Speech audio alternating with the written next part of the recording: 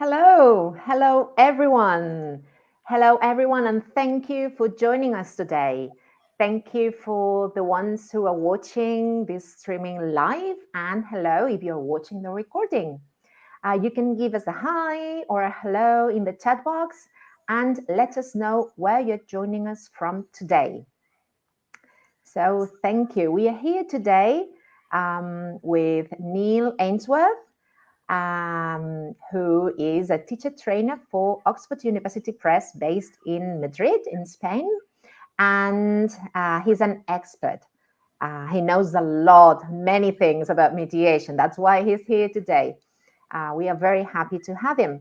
But first, we'd like to know where you're joining us from. You can use the comments to let us know. Feel free to just write down your questions if you have any. Make yourselves comfortable. Make sure you have some water, pen, pencil if you'd like to take notes. And we are glad to have you here. So feel free to ask any questions you might have about linguistic mediation. So hello, Neil. How are you? Hi, Montse. Yes, very good. Thanks. Good to be able to be here and talk to the teachers about mediation. Yeah, it's a hot topic now. Yep. Isn't it? Yeah, Okay. the last few years, so it's the last 3 or 4 years, it's been, in a lot of the European Union's talking about it a lot. It's in a lot of official curriculums around Europe and in a lot of course books as well, starting to see it too. Okay, that's great then. So hopefully we'll sort out all our questions about mediation today. So why not starting with a simple question, which I don't know if it has a simple answer. So what is mediation, Neil? I mean, it has a simple answer and it has a complicated answer as well. But let's try and have a kind of easy answer. So, I mean, at its core, mediation is a way of using language, and it's been described in the Common European Framework, and they actually they contrast it with interaction. And they have like two ways of using language, kind of interaction and mediation. And it's kind of, maybe it's not black and white, that division. So sometimes you're interacting and mediating at the same time, and maybe you're mediating more or interacting more. But thinking about interaction is actually a good way of thinking about what mediation is. Okay, so if you think about interaction is kind of almost like a tennis match where two speakers are like knocking back and forward the dialogue. And it's kind of, well, frequently it's transactional, isn't it? So if you think about things like the process of ordering, I don't know, some food or asking someone for directions, and it's quite formulaic. And if you think of interaction, frequently that kind of transactional interaction is being replaced a lot by computers. So we don't ask for directions anymore. We go on Google Maps. We don't we don't order burgers in McDonald's anymore. We go to the computer and we order it there. We don't buy tickets for things anymore with a person. We order it online. It's because of that formulaic transaction can be replaced by algorithms. And actually, when we get a bit annoyed with these things is when we kind of feel the need maybe for mediation, because the computers don't know how to mediate. They don't really care about how you're coming at it, So we can say that mediation is what computers can't do. Really, yeah, that's good. Yeah, because really computers can empathize with the person they're communicating with, and they can adapt their message to kind of to help that person to have success when they're communicating. Yeah, I see that. Well, that's interesting. An interesting way to see mediation.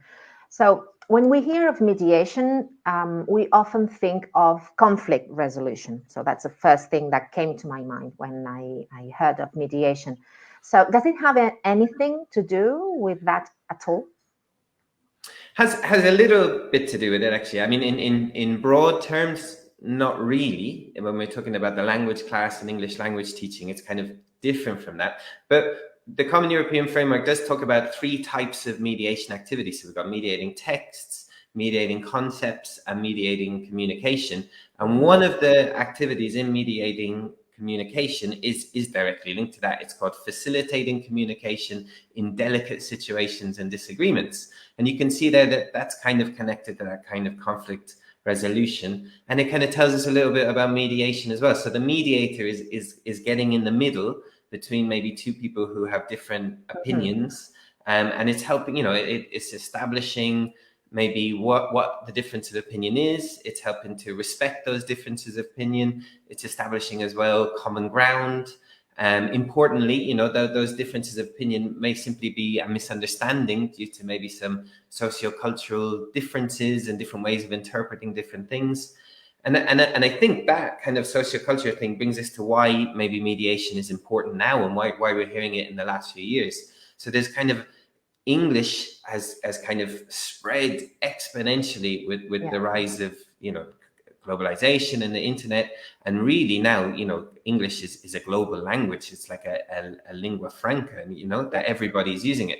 So you need to know maybe a little bit about or be tolerant or interested in the background of the people you're speaking with, because you're probably not speaking to a native speaker. In fact, only 4% of English communication is just between native speakers. The rest tends only to 4%. involve.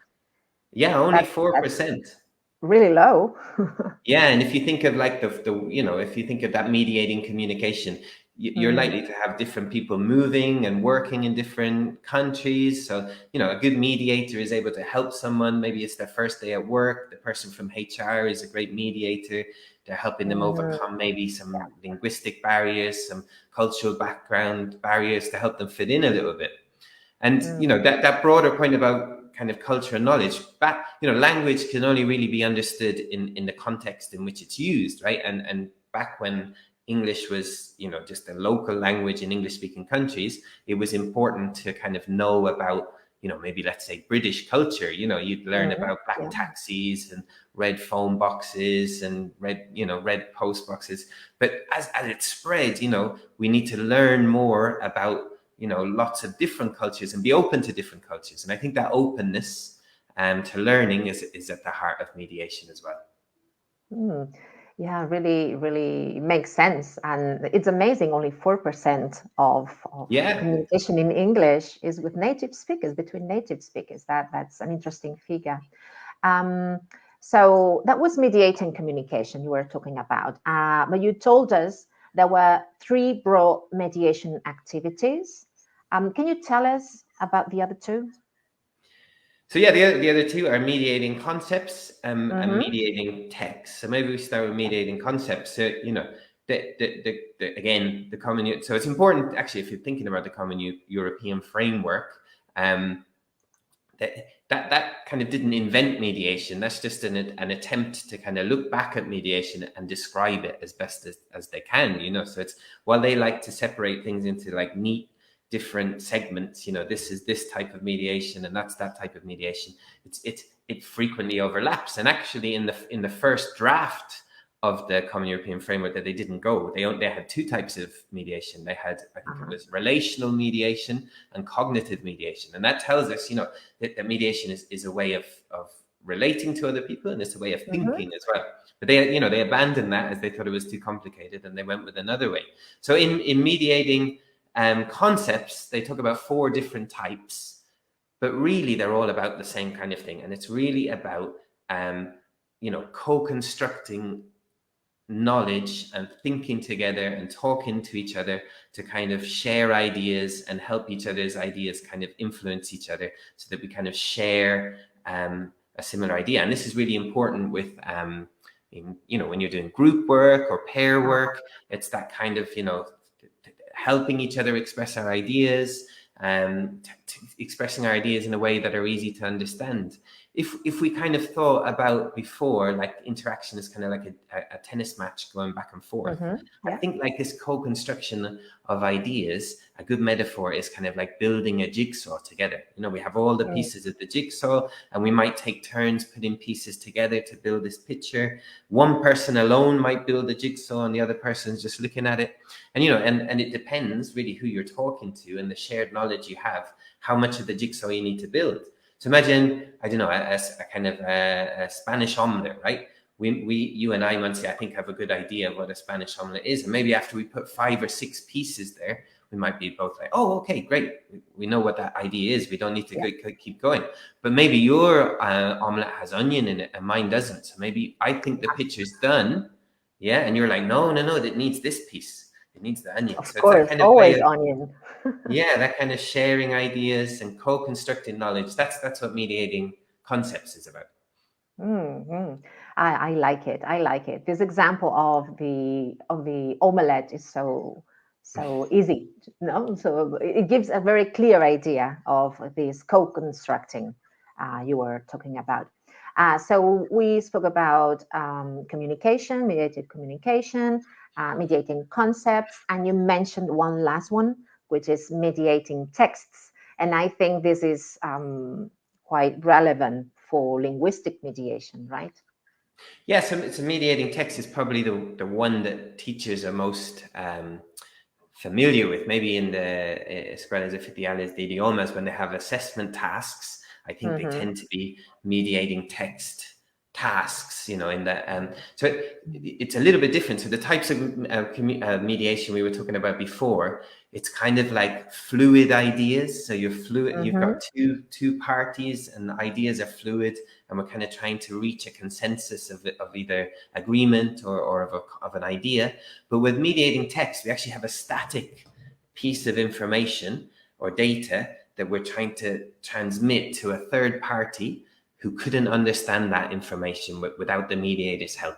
So it's the idea of a source text, and it doesn't need to be a text, that we think of like a written text. It could be a spoken text, but it could be anything really that's information. It could be like a painting, it could be a tradition, it could be anything that's kind of a piece of information that our audience couldn't understand if we didn't help them.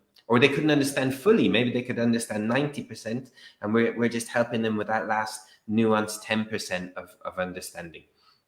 And I think it's important to point out here, especially in terms of teaching, this kind of language kind of process is more complicated than just reception or production, in that it combines both. It's really a 3-step activity. So we have our source text. Imagine it's a menu, or whatever. Yeah, menu in a restaurant that's in a different language, right? So that the mediator needs to, first of all, use their receptive skills. They read the menu, they understand it, yeah. Then they need to think, oh, that's my target audience. What do they need to know? Okay. Then they do some sort of processing of that information to adapt it and make it appropriate for that audience. So that's stage 2. And then there's stage 3, which is like a productive stage, where they then present that information in language that's of appropriate level and is going to be easily understood by that target audience. So you've got 3 steps. You've got the receptive stage, the processing information stage, and then the productive stage afterwards. It's interesting that you mentioned that text can be more than just a written text. So I guess this is also important when you are in the class, not to only use like the typical written text, like, 2-3 paragraphs, but also other formats. You mentioned, I think, maybe a picture, or what kind of texts can we use? It can be really varied. It can be really varied. You if you think about it, if you're an art historian, you can mediate a famous painting for someone who's looking at it. Because frequently if you go to, like, especially like something like an abstract expressionist painting, maybe like the nice painting you have in the background there, Montse. Yeah. If you just look at that coming from a lay person's perspective, you can understand, on an aesthetic level, and just say, oh, look, that looks lovely. But if an art historian tells you about the context in which it was painted, the meaning of the painting, why certain colors were chosen, why certain forms were chosen, you understand that at a far greater level, and yeah. So I think Mercedes there in the comments saying lots of different text types as well. Yeah, infographics, brochures, videos, anything that requires a certain level of understanding that the target audience couldn't understand without the mediator's help is a text in mediation. That's wonderful. Yeah, and I see here what you said about sociocultural mediation as well, because in this sense, painting in this example you gave us is not easy for people who like me, who are not very familiar with art. I mean, in a very professional way. So it's always useful to be explained everything behind probably that painting. That's very interesting. And yeah, I agree with Mercedes. Infographics are perfect. Brochures, videos. Sometimes we forget that videos can be what you said, texts, and those sources of that source text to start the mediation process. Bar charts, Mercedes says, yeah, absolutely. So to have In fact, all those formats. one of the mediating a text types is called mediating visual data. So it's all those things: bar charts, infographics. That's a specific mediation activity. Mm-hmm. Okay, so you were telling us about the process of mediation. We were starting with a source text, the receptive stage, then the process, then the production. And in this process, we received a question from Carmen in our form asking about the addressee. Carmen said, is it important to specify the addressee in a written mediation activity? Do the students need to write the task as an email, letter, etc.? Or can they just start by explaining the contents? Okay, so I mean, that's a really good question, Carmen, and that really depends on the task type. Okay, so as you've written here, written mediation, that means that the end product is written. Okay, so if the task type says write an email to or write a letter to explaining, then yes, you need to write an email or a letter, and you need to follow the conventions of the genre of the text type you're producing. So if it's a formal letter, you need to have your formal addresses in the right place, an informal letter in the right place. It's important that the final text you produce is recognizable as a letter, as in the task, because that's part of what will be assessed, really. And especially in summative assessment, we can only really assess the letter, and is it a letter in terms of the genre is important. If it was spoken mediation and you're reading a letter and you have to explain to your friend's got an electricity bill and they can't understand it, you could just you could mediate by telling them, well, you owe 47 euros or 147 euros these days. So it depends really. Exactly, it depends on the task type and what you need to produce. So I think if it's written mediation, yes. But it's a good point as well, because if you think about an important part of mediation is thinking about your audience. And if you actually write their address and their name, you're starting to visualize your audience and probably help your learners to think about their communicative needs as well. So it's probably a good idea. Yeah, I think I agree with you, because I think when you mediate, you might change your strategies or maybe the vocabulary depending on the person you're talking to.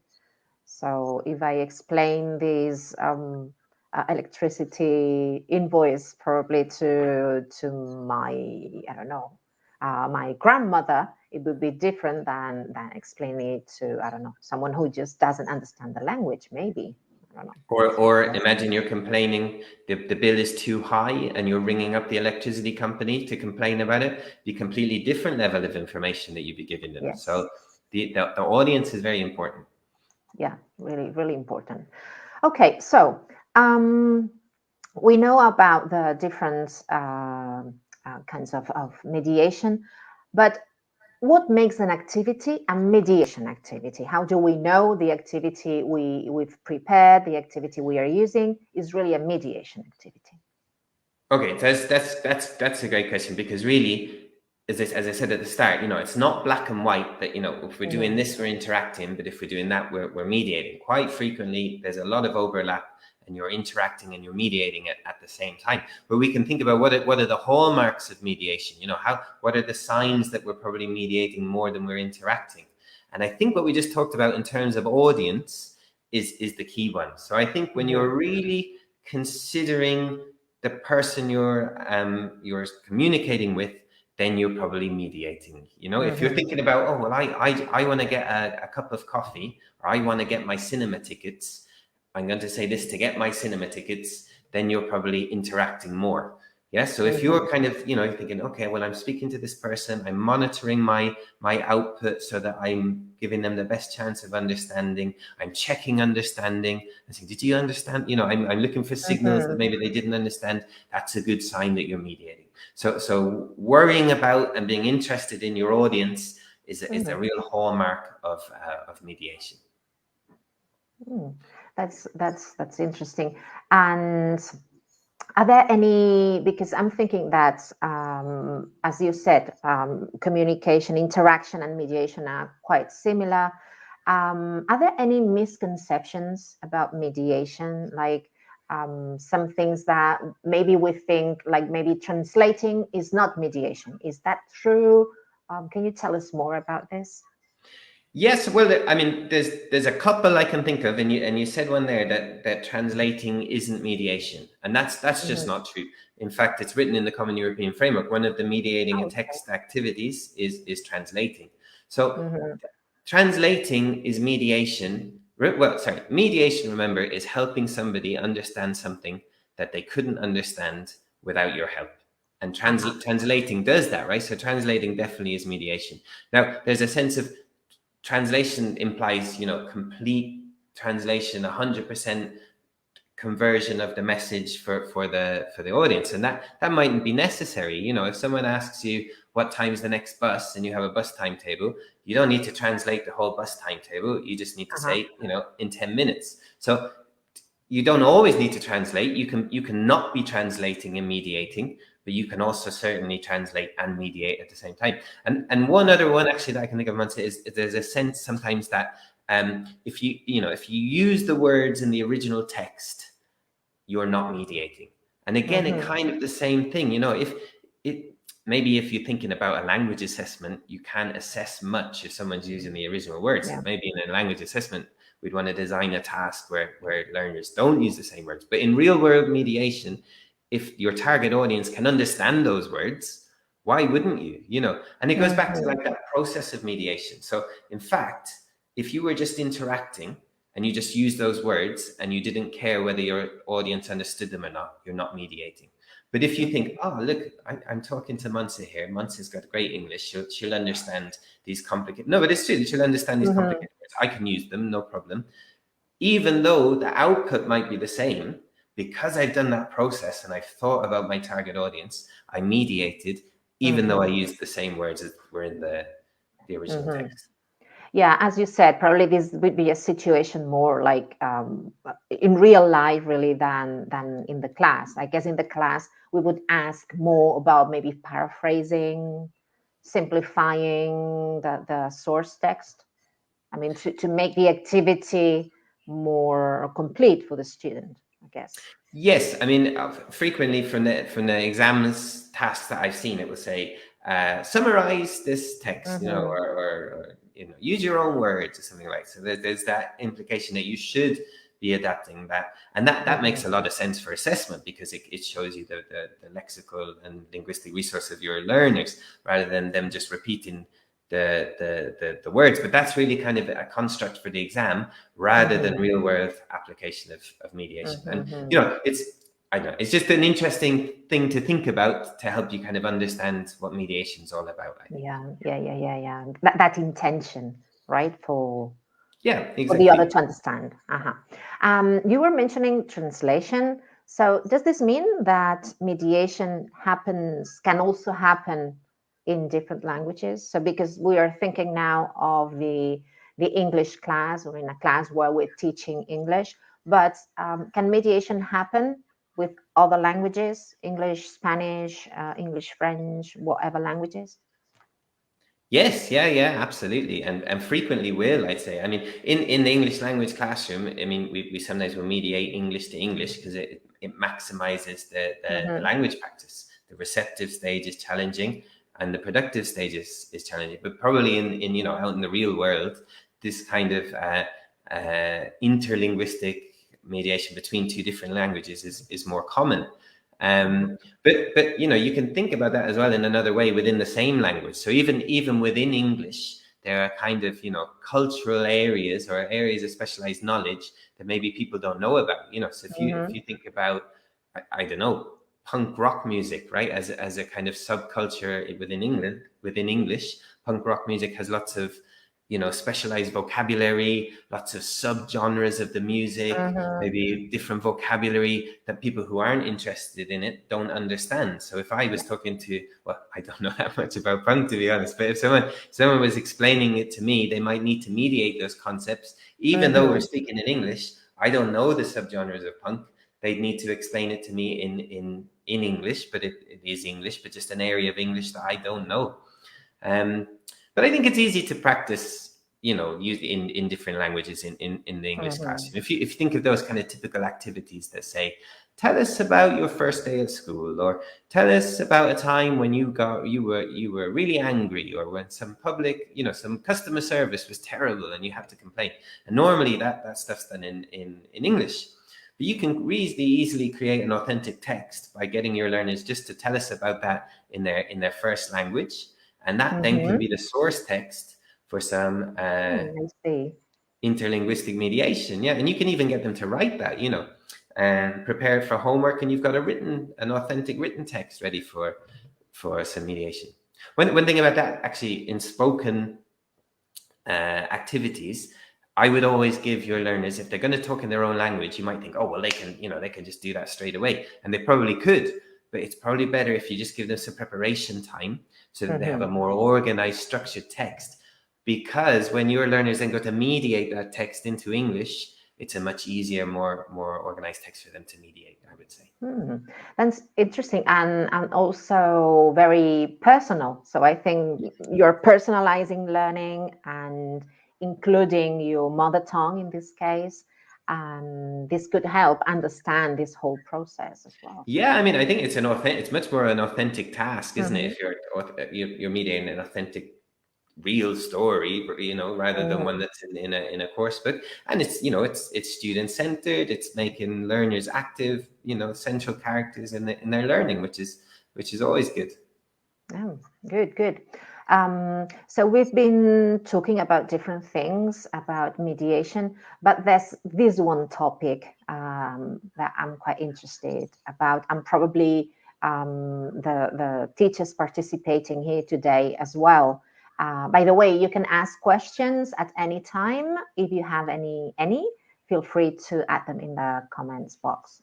So the question is about assessment. How about assessment? How do we assess mediation activities? Because this sounds like not an easy task to do. Yeah, so I mean, it's a big topic, I think, assessing mediation. And I think straight away we need to make a division of what kind of assessment we're talking about. So are we talking about summative assessment, which is, the end assessment that's at the end of the term, and we're looking to measure learning, how much have our students learned? That's one kind of assessment. And the other type is, formative assessment for learning that happens on an ongoing basis during the term. So I think, as teachers, we're probably more interested in formative assessment because it influences our teaching and helps us, plan activities that are better for our learners, that will help them. So in terms of formative assessment, I would just say, look, especially mediating a text, which tends to be the task that's assessed in the summative assessment. We said it's a three-part process, where you have the receptive stage, the processing stage, and the productive stage. And what I would do in terms of assessment there is isolate each of those stages. You can practice each of those stages actually in isolation. Look what you think is successful performance in each of those stages. So if you're talking about the receptive stage, you could have some comprehension questions that show that the learners have picked out the information that is going to be suitable for their audience. In the processing stage, you could have like an audience profiling activity. Okay, who am I speaking to? What are their interests? How old are they? Where are they from? What are the cultural features that will influence? What are the barriers to communication? Yeah. And then in the productive stage, you could do it like just a standard productive task, communicative achievement, lexical range, appropriacy of the language. And by building up and working on each of those stages independently, you're increasing your learners' performance in each of them, which is going to have a good effect in the final kind of summative assessment, I think. Yeah, so I mean, sorry, Nancy, go ahead. Yeah, because we received also a question about this, the questions from Rafael, and Rafael was asking what criteria should be assessed in summative assessment of mediation. How can they be assessed? For example, I find it difficult to give points to aspects included in our EOI mediation grading scale, such as mediation strategies or communicative achievement. Aren't they too vague to really assess? Can you do that objectively? Well, there's more than one question, but I think you get the idea. So how about criteria? How specific can we be when assessing and to do it objectively? Well, okay, so thanks, Rafa. That's a great question, but it really is a great question, I think. So, and there's a few bits to it. Okay, so kind of, well, what do we assess in summative kind of formal mediation exams? I think we can only, we can only assess the end product, right? So we need to abandon the receptive. Well, we need to forget about the receptive stage. We need to forget about the processing stage. These stages will obviously influence our final productive stage, but we can only assess what we see of those stages in the final text, whether that's spoken production or that's a piece of writing that's been produced. And you'd assess it like any kind of piece of language. I think you'd assess the overall language content and the performance. So Rafa's talking about, what were they, mediation strategies and communicative achievement. So they're kind of linked to that. So mediation strategies is really using language in an efficient way that's going to help your learner understand. And there's a few, I don't know if people are aware of the mediation strategies. There's some of them are linking to previous knowledge, adapting your language, maybe breaking down complicated information. And the other ones are if you have a really, imagine like an instruction booklet for a computer. They're really dense, right? And they're about that thick. You probably wouldn't tell the people all that information. You might just pick the bit you need and talk about that a bit more to make it clearer, use more language rather than very specific computer language. And the other one is just reducing, it's called streamlining a text, get rid of all the information that isn't necessary, like the bus timetable. Get rid of everything and just say the bus is coming in 10 minutes. So there are mediation strategies, which we can connect to, effective language use. And the other one is communicative achievement. I think that Rafa talked about, yes, is that, did your audience understand and get the information that you were trying for them to get? And again, those two things work hand in hand. And I think what you need to do here, Rafa, you're saying that they may be a bit vague to assess. And if you don't have a really clear idea of what a successful performance looks like, then I agree. Yes, it can be vague, but you can assess these things objectively. So the first thing you need to do, right? What does a successful performance look like? Think in your head, what is an excellent performance of this task look like? You write that out, okay, that the following points were conveyed, that this level of formality was used, this range of lexis was used, you have really good idea of what your success criteria is.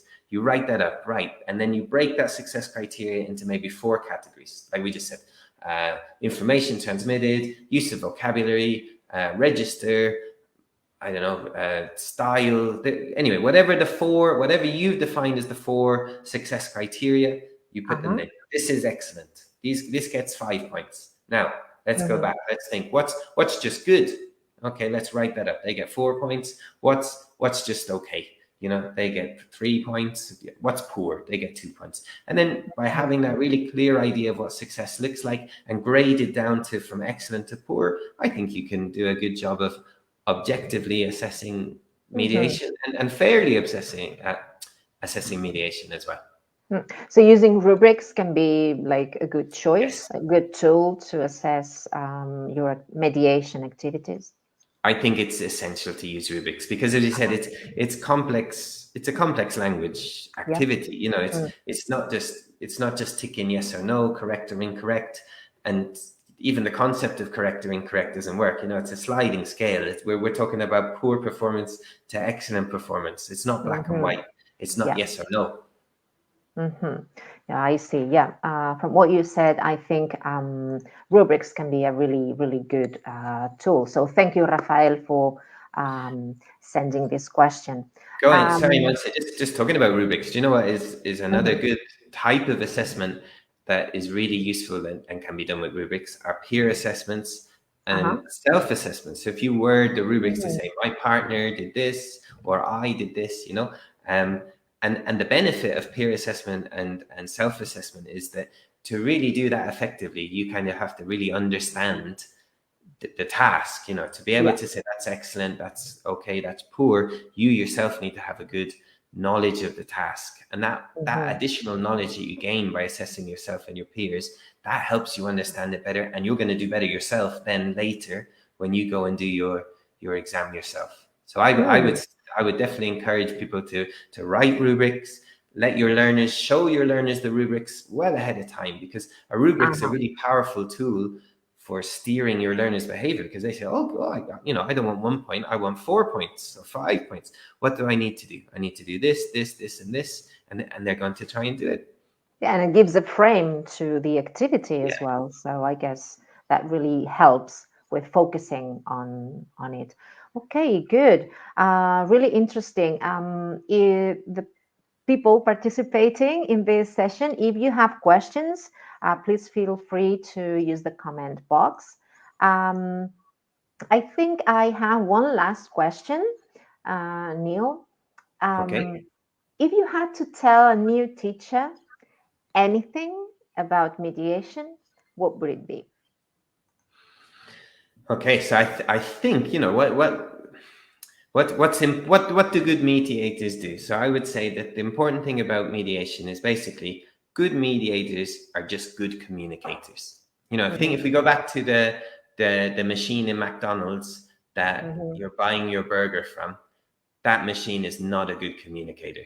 No. You're telling it things and you're ticking boxes, but if you have any problems or any issues, you leave the machine and you go over and you talk to a human member of staff. Yeah. Yeah. So Mm-hmm. mediators are good communicators. And what do you mean by a good communicator? So you care about whether your message is understood. That's an important thing of a good communicator. You're empathetic to the needs of the people you're communicating with. Okay, so if you see they're not understanding you, or you see they're confused, you slow down and you change your words and you use easier words. um you care about what the people you're communicating with think. So that goes back to the idea of co-constructing ideas. I may have my idea of what a Spanish omelette is like, but I'm not going to be rigid and say that's a Spanish omelette no matter what. I'm interested. I'm going to listen to the people I'm talking with. I'm going to be open to new ideas and hear what they think. And I'm open to the idea of combining that with my knowledge and my ideas and constructing um, new ideas, and with ideas open to new cultures, open to new societies, open to new people. And as language teachers, aren't those admirable goals to have for our learners, that they be good communicators like that? Yeah, well, it seems like mediation is very human. It's like the human side of communication. I like that. I like that. And this is what we expect. So when we, as you said, when we talk to a machine, we really want someone to listen to us, to understand us, and give us the information we need. Well, I think it's been really interesting. It's given me, I don't know, you participants, what you think, but it's given me like a new site on mediation, more information and ideas, and maybe now a deeper understanding of what mediation is. So thank you very much, Neil Ainsworth, for being here today and for knowing so much about mediation and for mediating the mediation knowledge to us. No problem, Montse. Well, thank you very much. And just to say as well, we've got that website at the bottom. Do have a click on that, because there's loads of resources there. We've got some Mhm. webinars on looking specifically at some mediating skills with English file books. We've got a webinar on assessment. We've got some interactive activities. We've got glossary of key terms. We've got some videos about specific activities and how to, make them more into mediation. So there's loads of great stuff there as well for people to have a look at. Yeah, wonderful. Yeah, please check them because they are great. So as I said, thank you very much, Neil. We have a question, Montse. We have a from question. Yeah, that's Mercedes. true. Mercedes. Great. So Mercedes, Let's have a look. how important is for students to stick to the original source? Because sometimes they tend to include some personal knowledge. How should we assess those cases? Oh, interesting question. Good question. Yeah, and again, like like all the answers, it depends. So right. So I think you need to think about what's the task and what's the information. So basically, if it's let's go back to the bus timetable. So you could say, right, the bus is timetabled to arrive in 10 minutes. And we could say to our target audience, the bus will be here in 10 minutes. If you're like me from Ireland and the buses in rural Ireland never arrive when they're timetabled, they arrive whenever they want. So you could tell, I've got that personal knowledge and I could say arrives in 10 minutes and leave it at that. Or I could add that personal knowledge. Look, it says here it arrives in 10 minutes, but I'm telling you it could arrive whenever. So, just be prepared to wait. But that's a context where some local cultural knowledge is going to enrich the understanding of the target audience. But if you think of something a bit more factual, okay, imagine it's a legal. Imagine, and I don't know, you're doing an application form for something official. You probably want to stick to just the facts there, and you probably don't want some personal knowledge. Oh, when my uncle did this, he had, that's probably not relevant. Okay, so depending on the context, depending on whether personal knowledge will actually improve the general understanding of the person you're talking to, whether that personal knowledge is relevant, is really going to decide that. So again, that's something that you need to define early on when you're talking about your success criteria.